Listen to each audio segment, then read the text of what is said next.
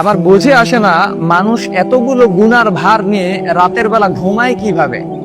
আপনি চিন্তা করেন যে আপনি সারাদিন শুধু গুনাহের কাজ করলেন, সারাদিন গুনাহের কাজের মধ্যে আপনি লিপ্ত, আপনি রাতের বেলা যে আপনি ঘুমাচ্ছেন, আপনার ভিতরে কি অনুশোচনা হয় না যে এই সময়টাতে রাতের বেলা আমি যে ঘুমাইলাম রবের নাফরমানি করে, এশার নামাজ না করে ঘুমাইলাম, সারাদিন নামাজের কোনো খবর নাই, নাম সদগার কোনো খবর নাই, রবের সাথে কানেকশনের কোনো খবর নাই, আমি যে ঘুমাইলাম। এমন সময় যদি মালাকুল মউত আমার কাছে আসে, আমার যদি জানটা নিয়ে যায়, তো আল্লাহ পাক রব্বুল আলামিনের সামনে দাঁড়িয়ে আমি জবাবটা কি দিব? আপনি আল্লাহ পাক রব্বুল আলামিন যদি আপনাকে বলে যে তুমি আমার রিজিক খাইছো কিন্তু আমার নাফরমানি করছো কেন, আজকে জবাব দিয়ে তারপরে যাও, আপনার জবাব দেওয়ার কোনো জায়গা থাকবে না।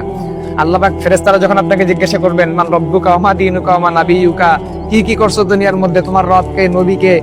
হাদিসের মধ্যে আসছে, সহিহ বুখারীর বর্ণনা এবং মিশকাতের হাদিসের মধ্যে আপনি পাবেন, রাসূল সাল্লাল্লাহু আলাইহি ওয়াসাল্লামের একটা পিকচার দেখানো হবে মানুষদেরকে। এই পিকচার দেখিয়ে বলা হবে তুমি কি এই ব্যক্তিটাকে চিনো? দেখেন, রাসূল সাল্লাল্লাহু আলাইহি ওয়াসাল্লামের পিকচার আপনি দেখতে পাচ্ছেন, রাসূলকে আপনি সরাসরি দেখতে পাচ্ছেন, এটা আপনার শুকরিয়া আদায় করা দরকার। কিন্তু আপনি তখন কি বলবেন? যে না, লা আদরি, আমি এই ব্যক্তিটাকে চিনি না। রাসূলের পিকচার দেখানো হবে আর আপনি বলবেন যে আমি এই ব্যক্তিটাকে চিনি না। তাহলে যারা ইমানদার বান্দা তারা কিভাবে চিনবে? তারা তো রাসূল সাল্লাল্লাহু আলাইহি ওয়াসাল্লামকে দেখে নাই, তারা কিভাবে চিনবে? তারা চিনবে এজন্য কারণ তারা রাসূল সাল্লাল্লাহু আলাইহি ওয়াসাল্লামের প্রত্যেকটা সুন্নাহ, তার আদর্শ অনুযায়ী নিজের জীবনটাকে গড়েছিল। কেন তারা চিনবে? কারণ আল্লাহ পাক রব্বুল আলামিনের প্রত্যেকটা বিধিবিধান তারা মেনেছিল। এজন্য তারা রাসূল সাল্লাল্লাহু আলাইহি ওয়াসাল্লামের এই পিকচারটা দেখে চিনতে পারবে এবং বলবে এটাই হচ্ছে আমাদের শেষ নবী মুহাম্মদ সাল্লাল্লাহু আলাইহি ওয়াসাল্লাম, যিনি কিয়ামতের ময়দানে সমস্ত নবীরা বিপদের মধ্যে থাকলেও আমার নবী আমার জন্য সুপারিশ করবেন ইনশাআল্লাহ।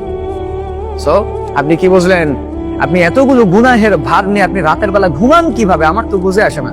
আপনি চিন্তা করেন সারাদিন কি কি করলেন, বালিশের মধ্যে মাথা লাগান। এক হাদিসের মধ্যে আসছে, রাসূল সাল্লাল্লাহু আলাইহি ওয়াসাল্লাম বলছেন তুমি সারাদিনে কি করলা না করলা, রাতের বেলা সুন্দর করে বালিশের মধ্যে মাথা লাগে। বালিশের কথাটা হাদিসের মধ্যে নাই, আমি বলছি যে আপনি রাতের বেলা বালিশের মধ্যে মাথা লাগায় আপনি একটু চিন্তা করেন যে আসলে আমি আজকে সারাদিন কি কি ভালো কাজ করলাম, কি কি খারাপ কাজ করলাম। আপনি নোটিস করেন, আপনাকে যে খাতায় লিখে নোটিস করতে হবে এমনটা না। আপনি একটু নিজে নিজে কল্পনা করেন যে এই কাজটা ভালো করলাম, এই কাজটা খারাপ করলাম। খারাপ কাজকে এক সাইডে রাখেন, ভালো কাজকে এক সাইডে রাখেন।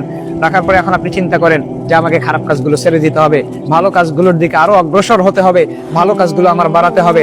যখন আপনি ভালো কাজগুলো বাড়াতে থাকবেন, এভাবে আপনি কল্পনা করতে থাকবেন প্রতিদিন রাতে, আপনি দেখবেন আপনার মাইন্ডসেট আপনি এমন হয়ে যাবে যে আপনি ভালো কাজের চিন্তা ছাড়া আপনার খারাপ কাজের চিন্তা আপনার কল্পনায় আসবে না। আপনি কি বুঝলেন? আপনাকে রব্বে কারিমের সাথে কানেকশন তৈরি করতে হবে এবং এই গুনাহের ভার নিয়ে আপনি রাতের মধ্যে ঘুমাতে যায়েন না। আমরা